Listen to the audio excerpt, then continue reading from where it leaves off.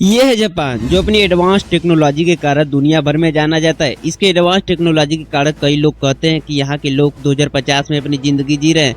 आज Japan 4.2 trillion dollar के साथ दुनिया की चौथी सबसे बड़ी इकोनॉमी वाला देश बन गया है। लेकिन जापान इतने कम सालों में ही इतना डेवलप कैसे हो गया? सेकेंड वर्ल्ड वार में अमेरिका द्वारा हिरोशिमा एवं नागासाकी पर परमाणु हमले के बाद जापान कौन सी पॉलिसीज के द्वारा आज इतनी बड़ी अर्थव्यवस्था बन गया है? तो वीडियो को पूरा देखिएगा, आए तो कुछ सीख कर ही जाएंगे। और वीडियो अच्छी लगे तो लाइक और चैनल को सब्सक्राइब जरूर करिएगा। 6 अगस्त 1945 सेकेंड वर्ल्ड वार के दौरान अमेरिकी लड़ाकू विमानों द्वारा जापान के हिरोशिमा पर परमाणु बम गिराया गया और इसके ठीक 3 दिन बाद फिर 9 अगस्त 1945 को नागासाकी पर बम गिराया गया, जिसमें 2 मिलियन लोगों की मौत हो गई। और जबकि जो लोग इस हमले में जिंदा बच गए उनमें से अधिकांश रेडिएशन के प्रभाव के कारण मर गए।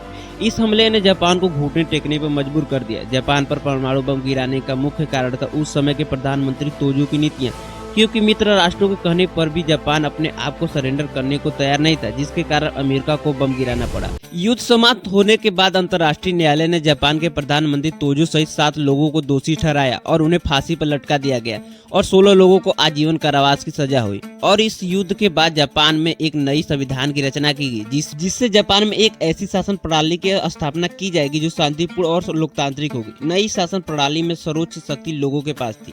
नए संविधान में राजशाही शासन को कमजोर कर लोगों के निर्णय को सुप्रीम माना गया। इसके बाद 31 अनुच्छेदों वाला अधिकार विधेयक आया, जिसमें आर्टिकल 9 में हमेशा के लिए राष्ट्र के संप्रभु अधिकार के रूप में युद्ध को त्याग दिया। साल 1952 से 1973 के मध्य जापान ने तेजी से आर्थिक विकास, जिसमें एजुकेशन सिस्टम, सड़क मार्ग, रेल मार्ग, उद्योगों पर ध्यान दिया और सामाजिक परिवर्तन, जिसमें अधिक से अधिक लोगों को शिक्षित तथा कौशल दिया जाए, जिसके लिए जापान एक नई शिक्षा नीति प्रणाली की नींव रखी, जिसमें 6 साल की प्राइमरी एजुकेशन, 3 साल की जूनियर हाई स्कूल, 3 साल की हाई स्कूल और 4 साल की यूनिवर्सिटी एजुकेशन थी। जापान ने तेजी से यूनिवर्सिटीज खोलना शुरू किया, जिसमें उन्होंने साइंस, टेक्नोलॉजी और मैथमेटिक्स पर ज्यादा फोकस किया, ताकि टेक्नोक्रेट्स का एक ऐसा पौधा तैयार किया जा सके जो आगे चलकर देश की तरक्की में अपना साथ दे। OECD की एक रिपोर्ट के अनुसार जापान के छात्र गणित और विज्ञान में उच्च रैंकिंग हासिल करते हैं और 2024 तक 24 से 34 वर्ष की आयु के लगभग 65% जापानी लोगों ने किसी न किसी रूप में तृतीयक शिक्षा प्राप्त की, जिसमें से अधिकांश लोगों ने विज्ञान और इंजीनियरिंग में रुचि दिखाई। जापान से हमें यह बात सीखनी चाहिए कि जापान शुरू से ही अपनी मूल भाषा में शिक्षा प्रदान कर रहा है। और अधिक विकास दर हासिल करने के लिए जापान ने राजमार्गों, पुल, सुरंग, बांध, बंदरगाह और रेलवे का निर्माण 1970 के दशक तक कर लिया। बुलेट ट्रेन, जो जापान द्वारा निर्मित एक ऐसी टेक्नोलॉजी है जिसको पाने के लिए हर देश प्रयास कर रहे हैं। अगर सच में विकास दर को बढ़ाना है तो लोगों को एजुकेशन दे, और सिर्फ एजुकेशन ही नहीं, कौशल, हुनर भी। और देश का इंफ्रास्ट्रक्चर ठीक होना चाहिए, कानून व्यवस्था, सड़क, प्रोडक्शन और महंगाई।